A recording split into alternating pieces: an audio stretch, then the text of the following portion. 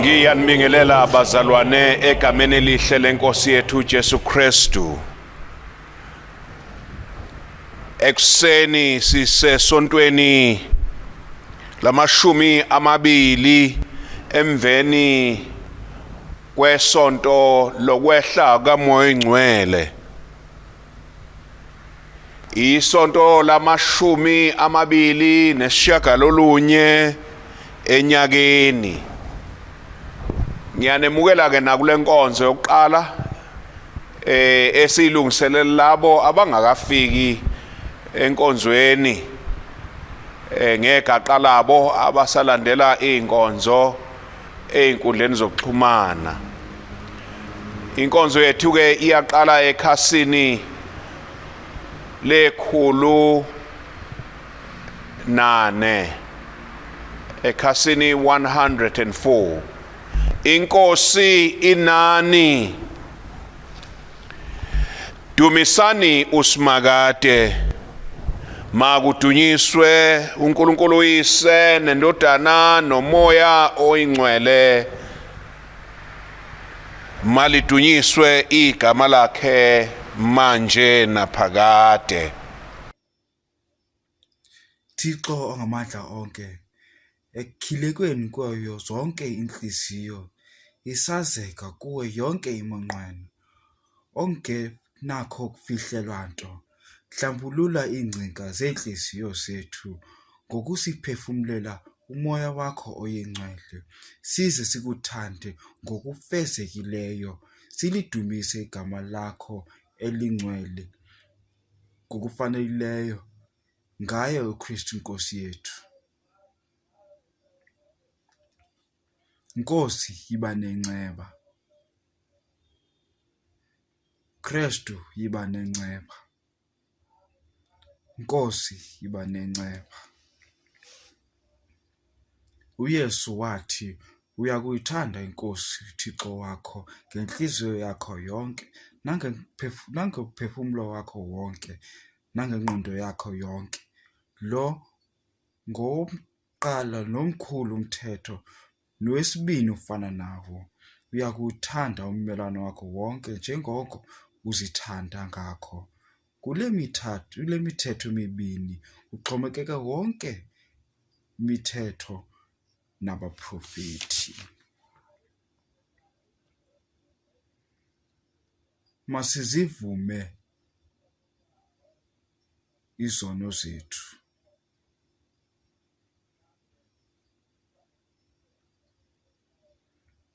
Thixo ongamandla onke, Bawo wethu osezulwini, siyaguquka sivuma ukuba sikonile ngetyala lethu, ngokucinga, ngokuthetha nangokwenza, nangakho asithe asakwenza. Ngenxa yonyana wakho uKristu Nkosi yethu, sixolele konke okudlulileyo, wenze kuba sikukhonze ngenhlalo entsha, kuzukiswe igama lakho.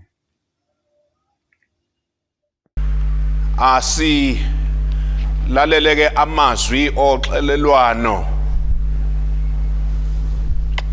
uNkulunkulu somandla uthethelela bonke abaphinde uqinisekileyo, makani hawukele anithethelele izono zenikhulule kuzo, animisa niqinise kulungeni konke, anigcine kuphileni okuphakade, ngoJesu Kristu Nkosi yethu.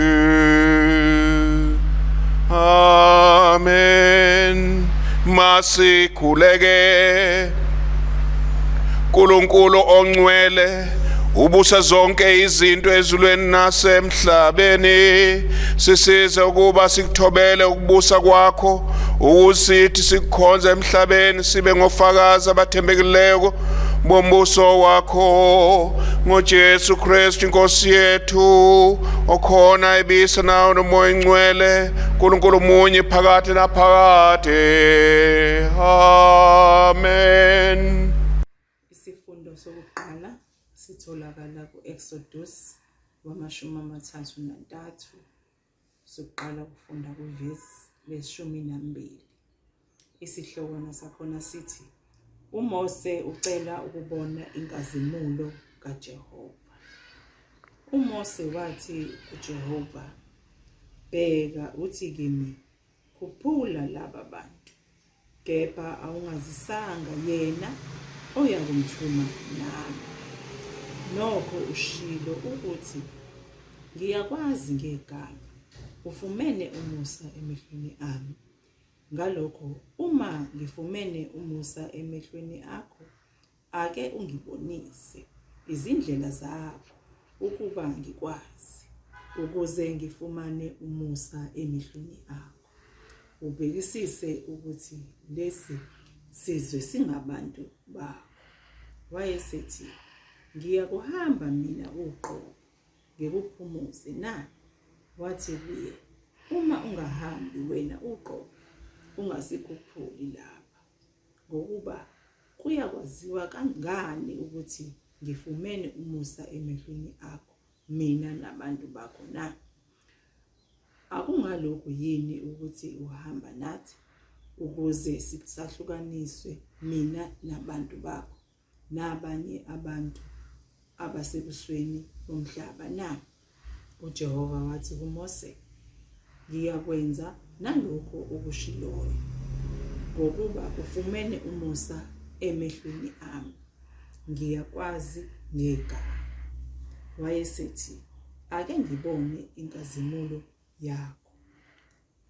Wathi, ngiyakudlulisa phambi kwakho ubuhle bami, ngilimemezele igama likaJehova phambi kwakho, ngibe nomusa kuyena engithanda ukuba nomusa kuye, ngibe nesihe kuyena engithanda ukuba nesihe kuye.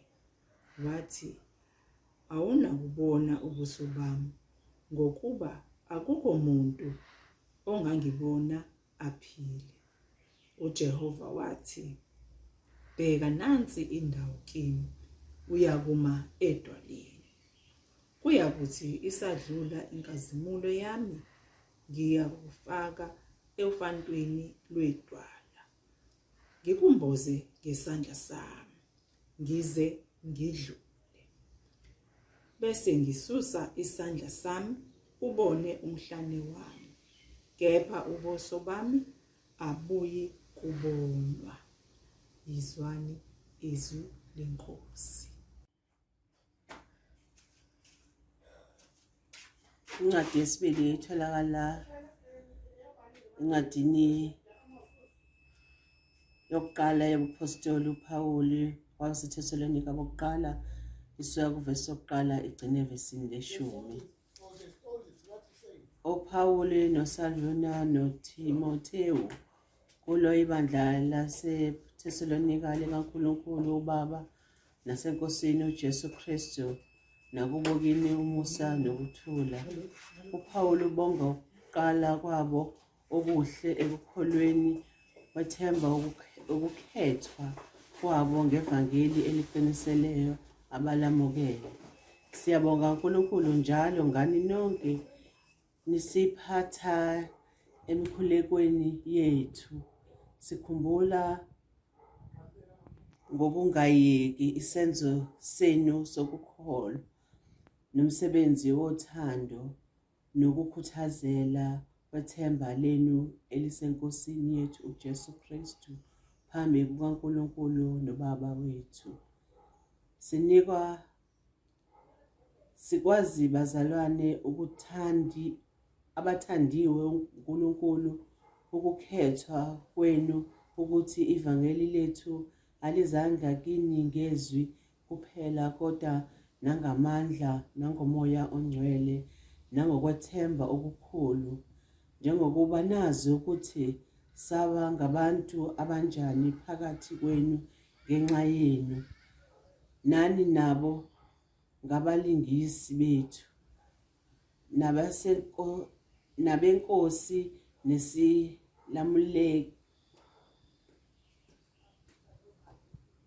nesilamukele izwi ekukhathazekeni okukhulu ngokuthokoza kukamoya ongcwele, naze nabo isibonelo kubo bonke abakholwayo eMakedoniya nasemakhaya, ngokuba udumo lwezwi lenkosi lwaphuma kinina, lwafika angisho eMakedoniya nase-Akhaya kuphela, kepha ezindaweni zonke lapho ukukholwa kwenu uNkulunkulu kuphumele khona. Ngakho asisadingi ukukhuluma lutho, ngokuba bona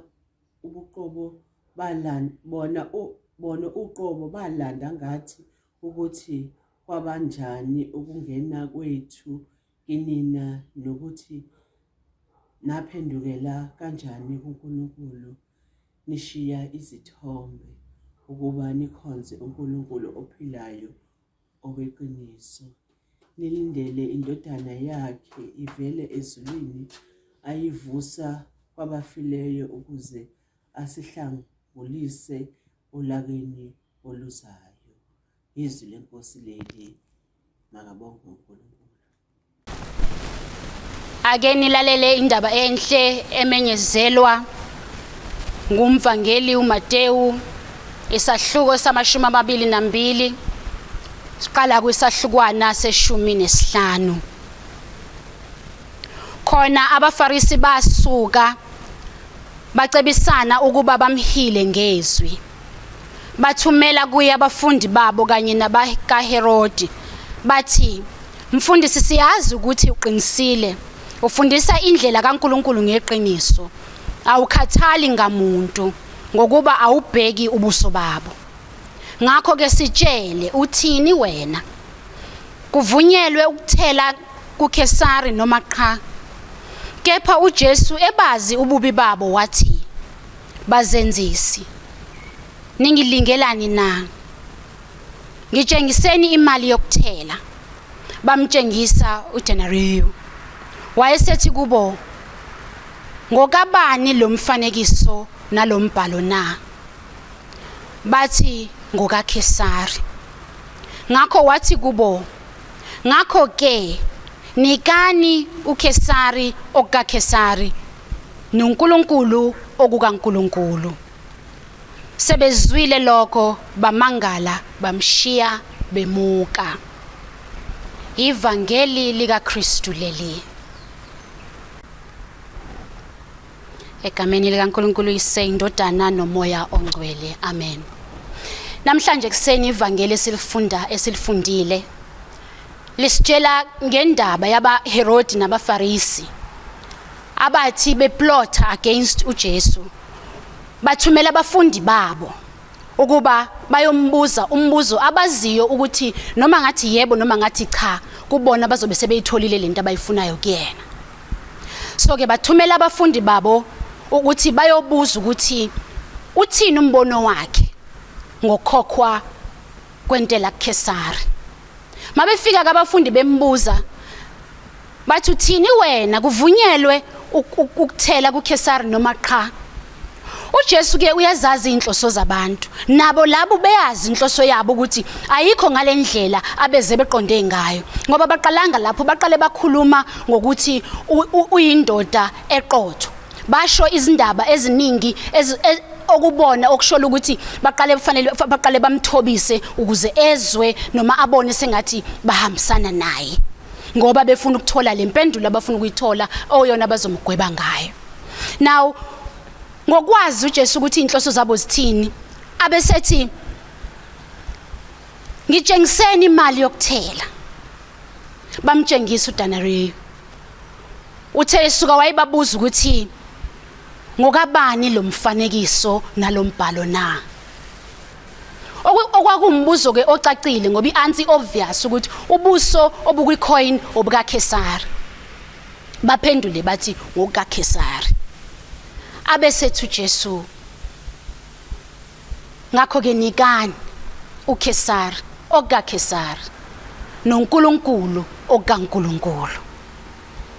Ngibe sengithathwa yilo mbuzo ke othi ngokabani lo mfanekiso na. Ngibuka ngubhekisa empilweni zethu ukuthi ezisiphila sihlangana nezinto ezahlukahlukene, ezinhle, ezimbi, konke sihlangana nakho. Sometimes ngoba singabantu si responda differently eintweni, uzothola ukuthi izinto ezinhle esihlangabezene nazo ziyasisusa duzane noNkulunkulu. Siphenduka igqila zazo. Nezimbi kanjalo zisuse duzane noNkulunkulu, siphenduka igqila zazo.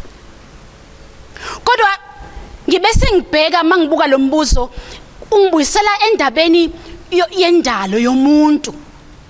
Lapha ku Genesis ichapter yokuqala verse 27. Wathi uNkulunkulu wamdala umuntu ngomfanekiso wakhe. Wamdala ngomfanekiso kaNkulunkulu wabadala owesilisa nowesifazane. Ngakho ke thina mina nawe sidalwe ngomfanekiso kaNkulunkulu. Sidalwe ngomfanekiso ongcwele obungcwele ngcwele. Ongathi nangelinye ilanga athi kukhona ubuhlungu kufanele kusehlele thina ngoba usithande ngalendlela ukuthi even sesonile sawudunga umhlaba. Uye wasilethela indodana yakhe emhlabeni kuba izosihlanza ezonweni zethu. Uthando lwesimangaliso lelo uNkulunkulu asenzela lona. Olusiqinisekisayo ukuthi njengoba siyisimo sakhiwe ngomfanekiso wakhe, ngaleyo ndlela isifiso sakhe ngaso sonke isikhathi ukuthi sihlale endaweni la sizoremaina umfanekiso wakhe, oyena opheleleyo, oyena ongenasici, onguNkulunkulu woNkulunkulu. Kodwa mothi yabheka emhlabeni ubuhlungu nobunzima obukhona, amahiqi akhona, uyungabusazi ukuthi ubuhlungu obungaka buvele kanjani. Izithina sisukile kuye noma kukhona okunye okungenzekile singakwazi. Ngitheke mangibheka ngisahamba ngenza le Intshumayelo, ngakhumbula indawo kunendawo emuseum engengayivakashela. Kukhona ke ikhona elibhalwe torture chambers. La befaka khona inhlobo ezihlukahlukene ezazisetshenziswa bazohlukene kudala ukuhlukumeza iboshwa nezigqila.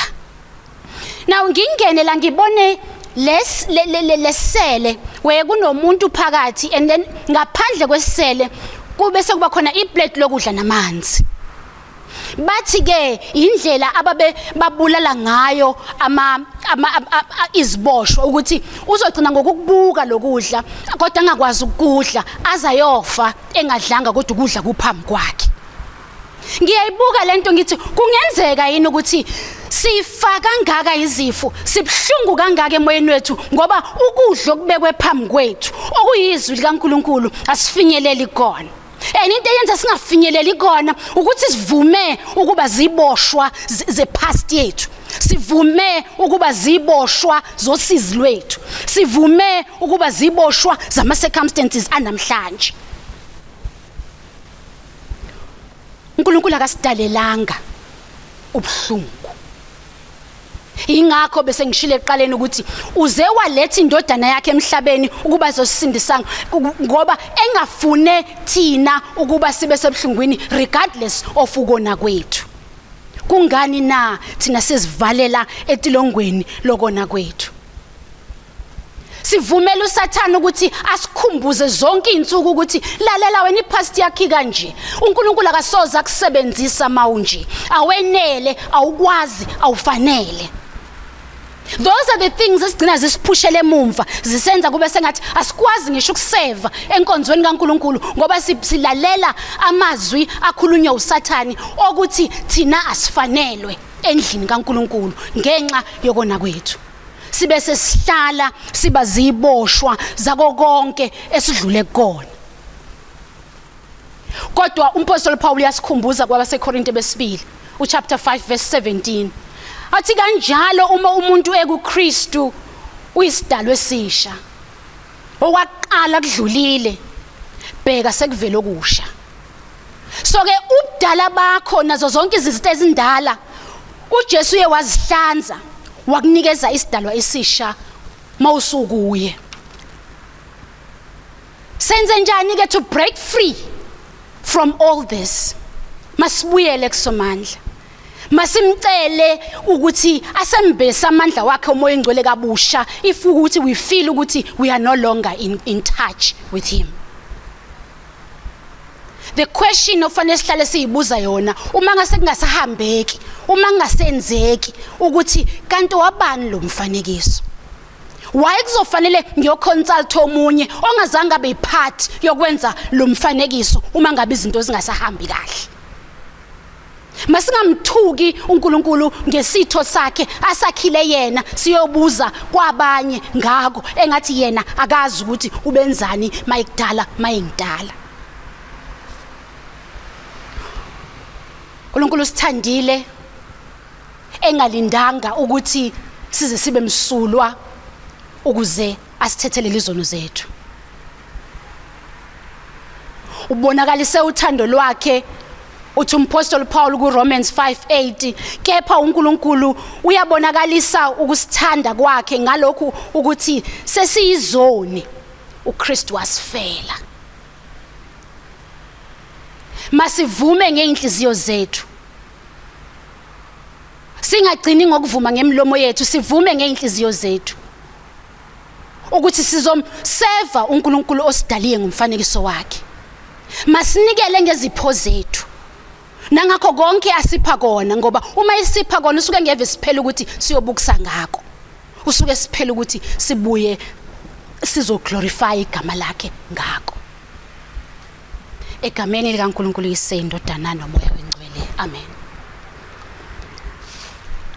See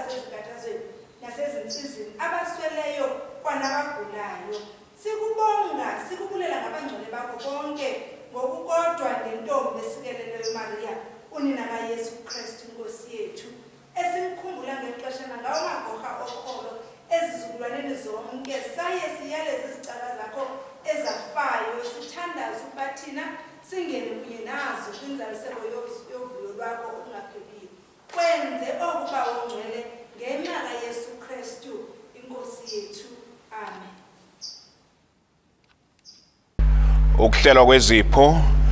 Uyabongeka Nkosi uNkulunkulu wendalo yonke.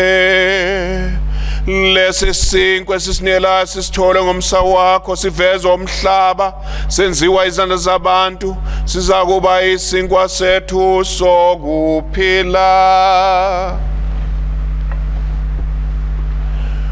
Uyabongeka Nkosi uNkulunkulu wendalo yonke. leli wayini esilinikelayo lisithelo somvino umsebenzi wezandla zabantu silithole ngomsa wakho lizakuba isitsha sethu sensindiso.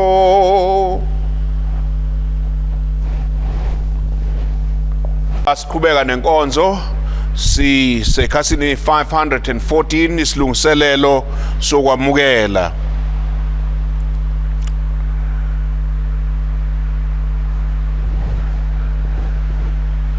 Odla inyama yami aphuze igazi lami unokuphila okuphakade, mina ngiyamvusa ngomhla wokuphela.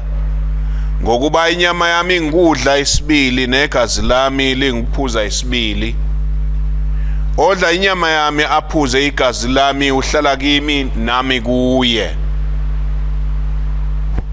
Somandla uNkulunkulu ophakade sisondela esakramenteni lendodana yakho evele yodwa inkosi yethu Jesu Kristu njengabagulayo siza enyangeni yokuphila njengabangcolile emthonjeni wesihawu njengezimpumputhe ekukhanyeni kwenkazimulo okuphakade njengabadingayo enkosini yezulu nomhlaba njengabahambaze enkosini yenkazimulo.